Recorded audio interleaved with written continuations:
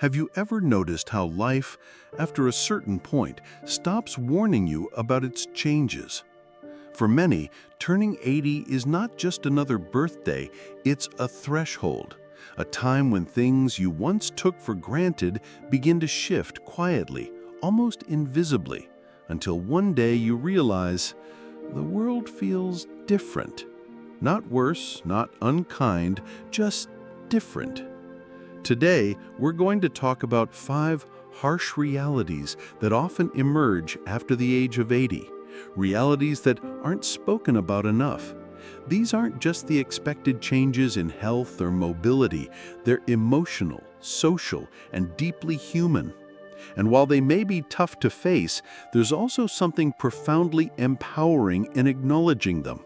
Because once we name what we're going through, we take back a little bit of control.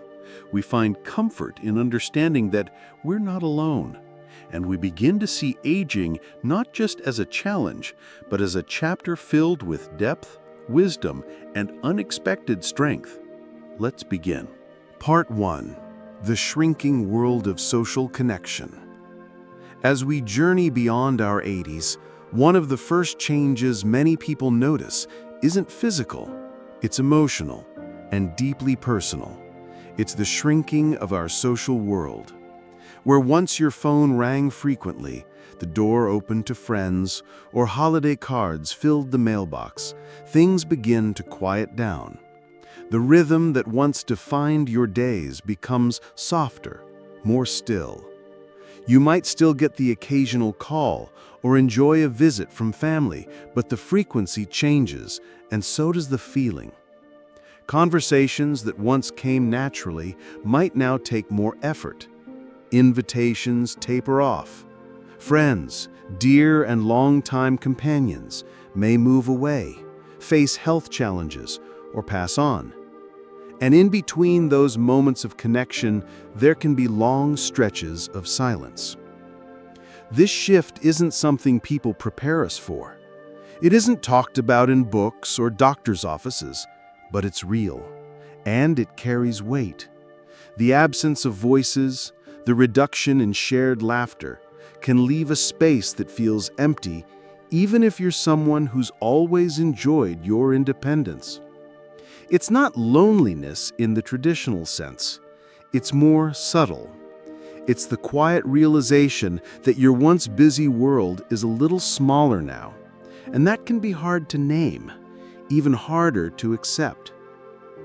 You might find yourself spending more time in reflection, flipping through old photographs or replaying memories, not out of sadness, but as a way of staying connected. But here's something important to remember. You are not the only one feeling this. And while the crowd may fade, there's immense power in just 1 or 2 meaningful relationships. A friend who checks in, a neighbor who waves hello, a child or grandchild who takes time to listen, that's gold. Connection doesn't have to be constant, it has to be real. This is also a time when connecting with yourself becomes more important than ever. Listening to your own thoughts, being kind to yourself, allowing emotions to surface without judgment. These are not signs of weakness. They are signs of a heart still very much alive and growing. Consider writing letters, even if you never send them. Reach out to someone you've been thinking about. Join a local group, even if it's online. These acts may seem small, but they have a ripple effect. And remember, if you find yourself reminiscing more, that's not just nostalgia. It's your way of keeping loved ones close, of honoring the life you've lived and the connections that shaped it.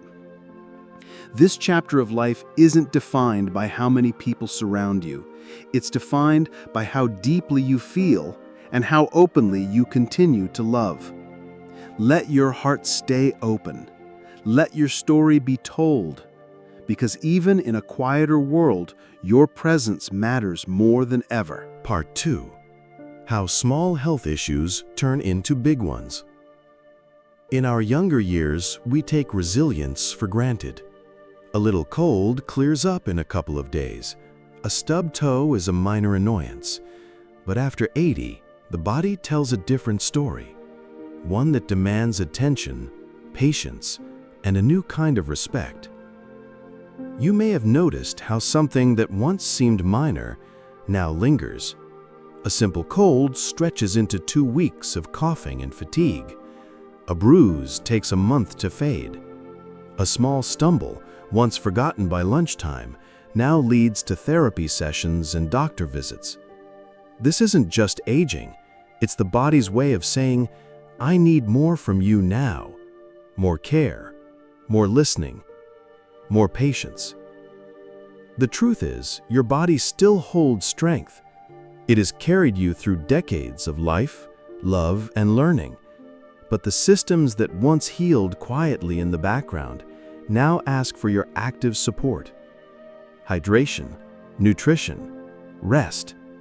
Things that once felt optional now become essential. And it's not just about the body, it's about how these physical changes affect the spirit. There's a quiet frustration in realizing your body no longer bounces back the way it once did, especially if you spent your life as a go-getter, a do-it-yourselfer, someone who prided themselves on being capable and independent. Now, something as simple as bending down or missing a meal can throw you off balance. And that can feel like a betrayal. But it's not a sign that you're broken.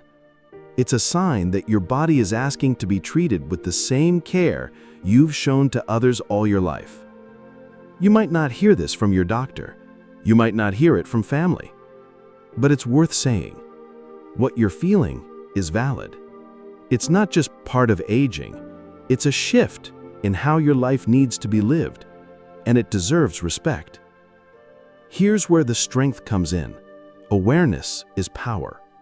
When you start noticing how your body reacts, you can make small but meaningful adjustments. More water, a bit more rest, taking your time instead of pushing through, asking for help, not because you're weak, but because you're wise enough to protect what strength remains. Let go of the idea that slowing down is failure. Slowing down is strategy. It's grace in motion. And remember, this isn't about surrendering to age. It's about learning how to thrive within it. Your resilience is still there. It just looks different now. It wears the face of self-care, of listening, of honoring the years that brought you here. So next time your body signals something, don't fight it. Tune in. Treat yourself with the tenderness you once offered your children, your spouse, your friends. That's not giving up. It's growing wiser. And that wisdom? It may be your greatest strength yet. Part 3. The quiet loss of visibility in social spaces. One of the more painful truths of aging, something few will say out loud, is how easy it becomes to feel invisible. Not because you've changed, but because the world has. After 80, you might walk into a room and sense it immediately. The conversations keep flowing, but you're not drawn in. You speak, and others speak over you, not out of disrespect, but as if they've already moved on. It's subtle, but it stings. You feel your presence shrink, not because you're any less vibrant, but because society has turned its gaze elsewhere. We live in a culture that idolizes youth, fast decisions, quick answers, new ideas. And too often, those who carry decades of life experience are unintentionally overlooked. It's not that people don't care, it's that they don't always see. And being unseen can lead to a quiet kind of grief. There's something deeply unsettling about having lived a full life, raised a family, worked hard, loved deeply, and then feel like you have to work to be heard, to be recognized, to matter. But here's what's true, whether the world acknowledges it or not. You carry stories that matter. You hold truths shaped by time and tempered by experience. Your wisdom isn't outdated, it's essential. Just because the spotlight shifts doesn't mean you have to fade into the background. Your voice still counts. Your opinions still hold weight. And your presence, gentle, steady, seasoned, adds value that can't be manufactured. This invisibility can also creep into family life. You may notice fewer questions about your thoughts or fewer invitations to participate in discussions. It's frustrating, maybe even disheartening, but it's also a signal. Not that you've lost your relevance, but that it's time to assert it with quiet confidence. Don't shrink. Don't retreat into silence. Speak, even if it takes others a moment to listen. Share your memories, your lessons, your laughter. The world needs what you've seen and what you know, perhaps now more than ever. And for those who do listen, those who truly see you, hold on to them. They're rare and precious. They recognize your presence not as an echo of the past, but as a vital part of the present. You may not be the loudest in the room, but you are the most experienced. And experience, when spoken with grace and courage, commands attention in its own way. So be that steady voice. Be the reminder that wisdom still walks among us. And in doing so, you remind the world what it means to age not just gracefully, but powerfully. You are not invisible. You are a legacy in motion. Part 4. The narrowing of daily life. There comes a point in life, often quietly, without ceremony, when your daily world starts to shrink. The neighborhood that once bustled with familiar faces feels quieter. The routines that shaped your mornings, afternoons, and evenings begin to fade. The world doesn't close suddenly. It narrows, little by little. After 80, this change can be especially noticeable. It's not always because of illness or inability. Sometimes it's simply that everything feels a little farther away. The grocery store trip takes more energy. The church steps seem steeper. Friends move, fall ill, or pass on. Favorite cafes close. Even the postman might be someone new. You might find yourself going out less, not from fear, but from fatigue. The physical effort of errands or gatherings may outweigh the joy they once brought.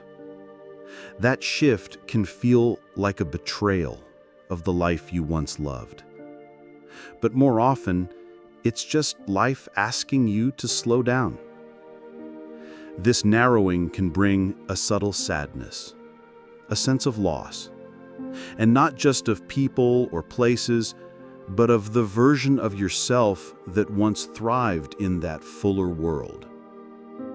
It's a kind of grief, not always spoken aloud, not always recognized, but it's real. Still, within this change lies a quiet opportunity to redefine what it means to live fully. A smaller world doesn't have to mean a lesser one.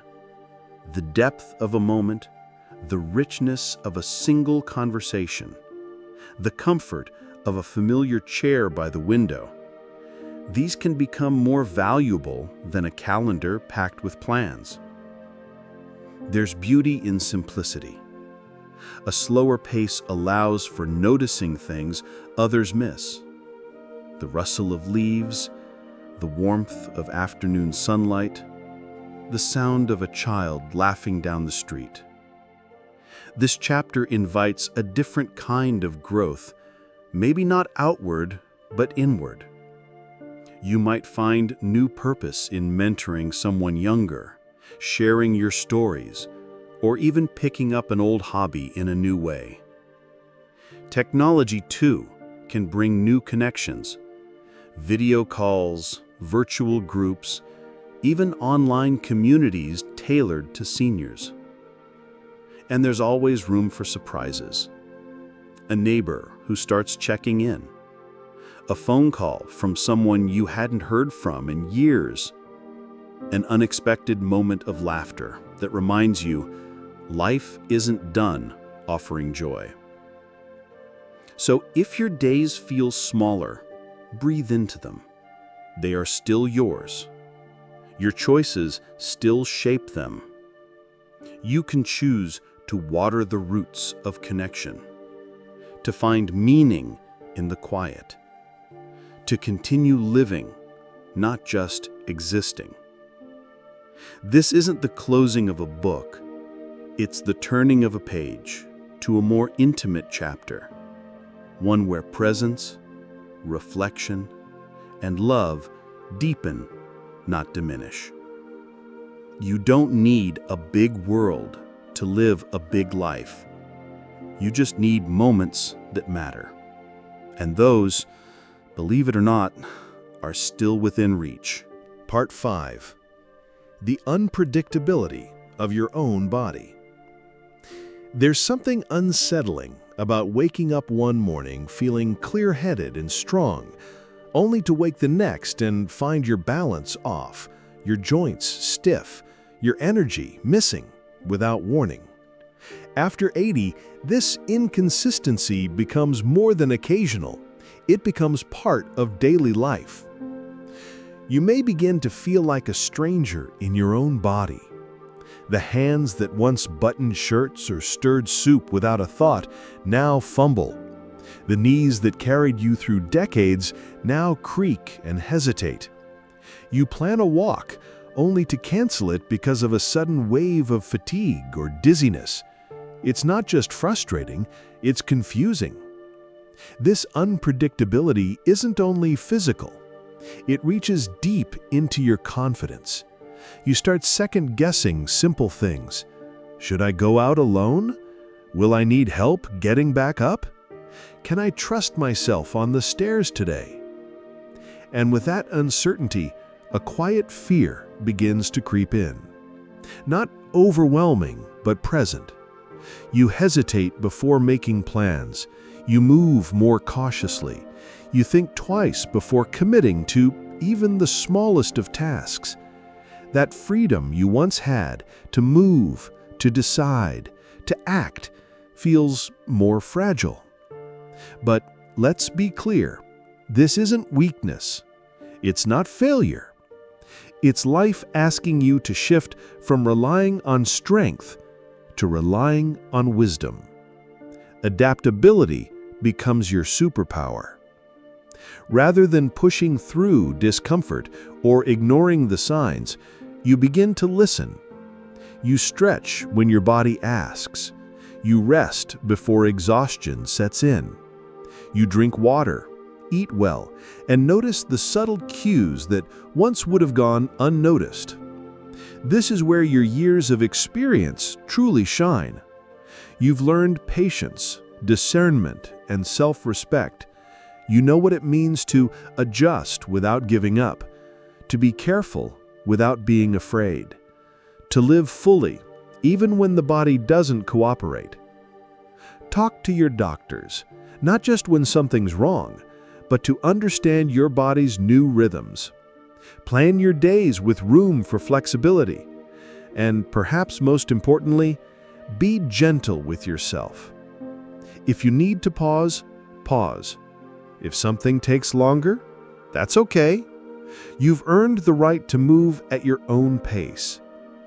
And remember, every body, even in youth, is unpredictable. But after 80, you bring something younger people often don't: perspective. You know how to recover emotionally, not just physically. You know how to shift your expectations and find peace in the moment rather than chasing perfection. So when your body surprises you, whether it lifts you up or slows you down, respond with curiosity, not criticism. You're not just adjusting to change, you're leading by example. You're showing what it looks like to age with dignity, adaptability, and grace. Yes, your body may falter, but your spirit, that remains strong, present, and powerful. And that strength, that wisdom, is something no illness, no fatigue, no unexpected ache can ever take from you. We've just walked through 5 of the most challenging realities that often come with life after 80. Each one brings its own kind of weight: the quieting of our social circles, the shift in how our health behaves, the feeling of being overlooked, the narrowing of our daily routines, and the unpredictability of our own bodies. But here's the truth: acknowledging these realities isn't about giving up. It's about looking life in the eye and saying, "I'm still here. I'm still learning. I'm still living." Every wrinkle, every ache, every quiet moment carries a story of resilience. And while some of these changes may feel harsh, they are also invitations to reflect more deeply, to connect more meaningfully, and to treat ourselves with the compassion we've so often given others. You've spent a lifetime building wisdom, navigating love, loss, joy, and uncertainty. That experience is a gift, not just for you, but for everyone who gets to walk beside you now. So as you move forward, take heart. Your journey isn't over. It's evolving. And in this chapter, you have the power to turn insight into peace, vulnerability into strength, and solitude into connection. We'd love to hear your thoughts. What part of today's message resonated most with you? Leave a comment, share a takeaway, and help someone else feel less alone in their own journey. Because aging isn't the end. It's a continuation of becoming. Thank you for being here with us.